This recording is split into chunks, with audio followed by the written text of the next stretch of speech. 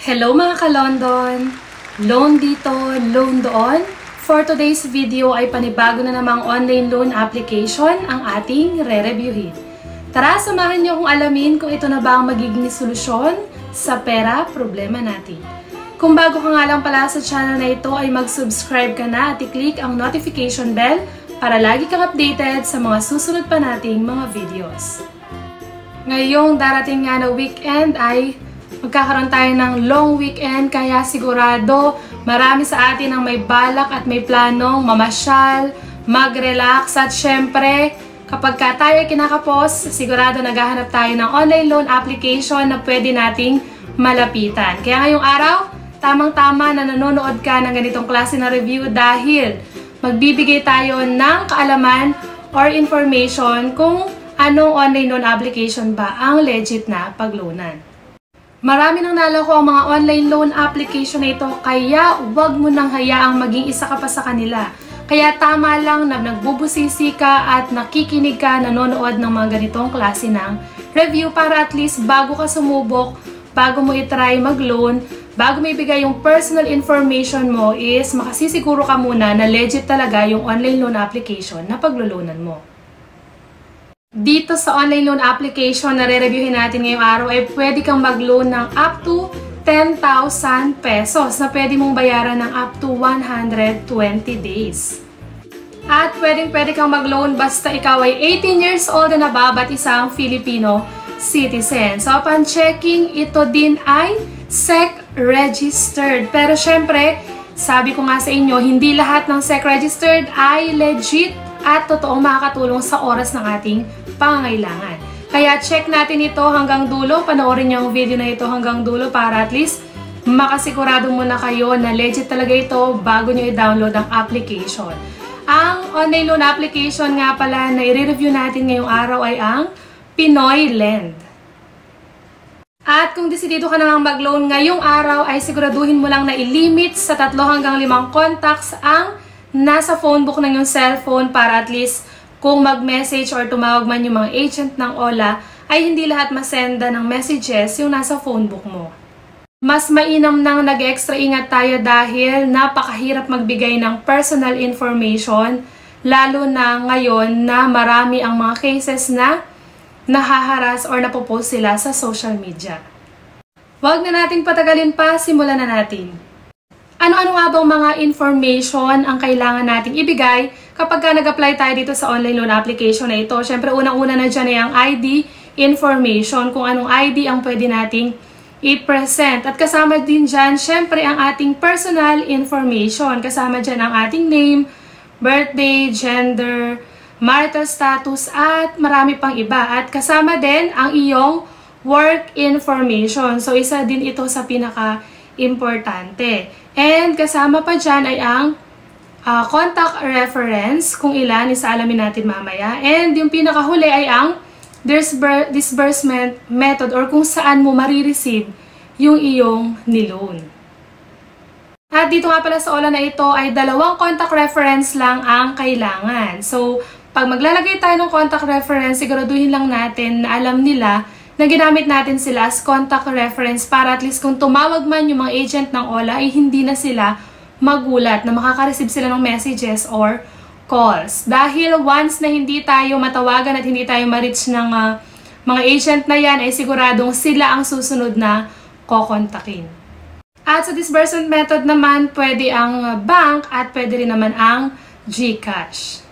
At dito nga sa OLA na ito is na-approvean ako ng 3,000 pesos. At ang kanyang loan term is up to 91 days. So, i-check natin kung talaga bang 91 days ang kanyang loan term. Dahil kanina, sabi ko, pwede daw tayong mag-loan ng up to 10,000 pesos. Pero for first time user pala is 3,000 pesos lang ang ating credit limit. Ang at kanyang mababawas is technical service, 15%.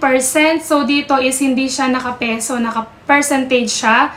Tapos, ang kanyang review consulting fee is 25%. So, napakalaki ng kanyang review consulting fee. So, mamaya i-check natin in peso kung magkano ba ang mawawala dun sa 3,000 na niloan natin. Meron pa siyang pay fee na 5%. Nakalagay nga dito is 0% ang kanyang interest pero napakalaki ng mga percentage na iba na babayaran pa natin. Or makakaltas pala dun sa ating niloan. At hindi totoo na 91 days yung loan term ng OLA na ito dahil 7 days lang ay kailangan na nating bayaran yung loan amount natin. At ngayon nga i-check natin is magkano ba yung mga mababawas sa atin dun sa amount na niloan natin kasi nga sabi ko naka-percentage siya. So dito sa technical service fee na 15%, ang 15% ng 3,000 ay abot sa 450 pesos. Technical service fee pa lang yun. At ito namang review consulting fee na 25% is 750 sa pesos. Dun sa 3,000 pesos, ang 25% niya ay 750 pesos. So, napakalaki nitong review consulting fee nila.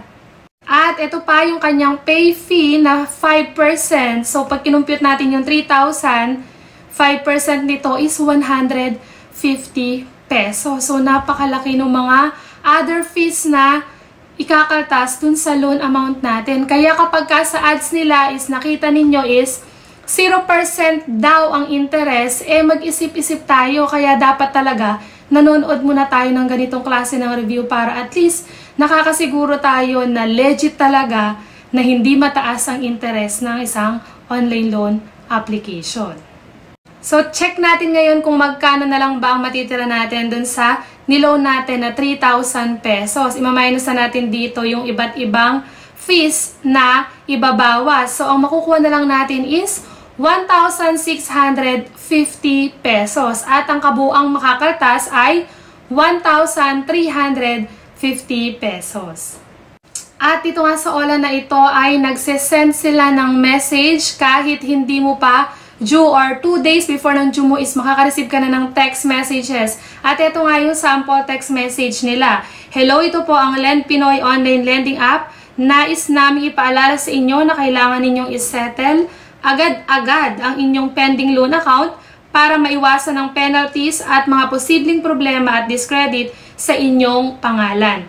Inaasahan ko pong magbabayad kayo ngayong araw. Maraming salamat po. At sigurado, kagaya din ng ibang online loan application, once na hindi ka nakapagbayad sa yung due date is, after nun is may interest na siya. Check natin kung magkano ba yung interest. At ito nga yung ating sample computation. Pag halimbawa nag-loan ka ng 12,400, ang babayaran mo na is 12,800. Per day pala, ang magiging interest nung niloan mo is 400 pesos. At ayun nga, mapapansin ninyo, no, dun sa 12,400 na niloan mo, every day na lumampas ka dun sa due date mo is magbabayad ka ng interest ng 400 per day. Imagine kung ikaw ay minimum age earner, halos buong sahod mo is mapupunta lang dun sa binabayad mo na interest. Kaya naman, kung talagang hindi mo kaya, nakikita mo naman, i-check mo ng maigi yung loan details kasi madaming dyan nagkakamali or madaming ini-ignore kasi yan dahil kailangan nila ng pera, ginagrab nila yan, nag-apply sila. Pero pag bayaran na at hindi na nila mabayaran is parang sinasabi nila ang taas ng interest. Pero sa totoo lang, umpisa pa lang talaga ng paglo-loan, hindi ka pa man nag-a-apply, alam mo na, dapat na manood ka ng mga review para at least alam mo talaga na malaki talaga ang interest ng mga ganyang online loan application. Napakarami na nga nagsulputan ng mga bagong online loan application na yan, kaya dapat talaga is chinecheck nyo munang maigi para hindi tayo magaya sa iba na sinasabi nilang nasira daw ang buhay nila dahil sa mga online loan application. Kapag alam naman natin sa sarili natin na after 7 days, lalo na pag ikaw ay first time user at wala ka talagang ibabayad, is wag mo na munang itry or wag ka na munang mag-apply. Wag tayo basta-basta maniniwala sa mga sinasabi nila sa kanilang ads na kesyo daw sila ay 0% interest at mahaba ang loan term. Sinasabi nila 3 months to 6 months to 12 months or 1 year.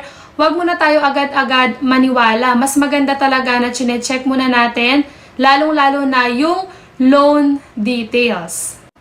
Kaya dapat hindi tayo basta-basta naniniwala sa mga ads na pinapakita ng mga online loan application na ito na sila daw ay nag-o-offer ng 0% interest dahil hindi natin alam kung ano pang ibang fees ang ibabawas nila dun sa ating loan amount. At sila daw ay nag-o-offer ng mahabang loan term na minsan daw ay 3 months, 6 months at 1 year. So mas maigi pa rin talaga na inaalam at binubusisi natin yung mga online loan application na ito at huwag tayong magpadalos-dalos sa ating desisyon. At syempre, ito lang naman ay advice ko sa inyo dahil ang kalagayan nyo ngayon, ang sitwasyon nyo ngayon kung bakit kayo naglo-loan ay hindi ko naman alam. So, ang desisyon ay nasa sa inyo pa rin kung itutuloy nyo ang paglo-loan sa online loan application na ito. At dito na nga natatapos ang ating review ngayong araw. Hanggang sa muli mga ka-London! Bye-bye!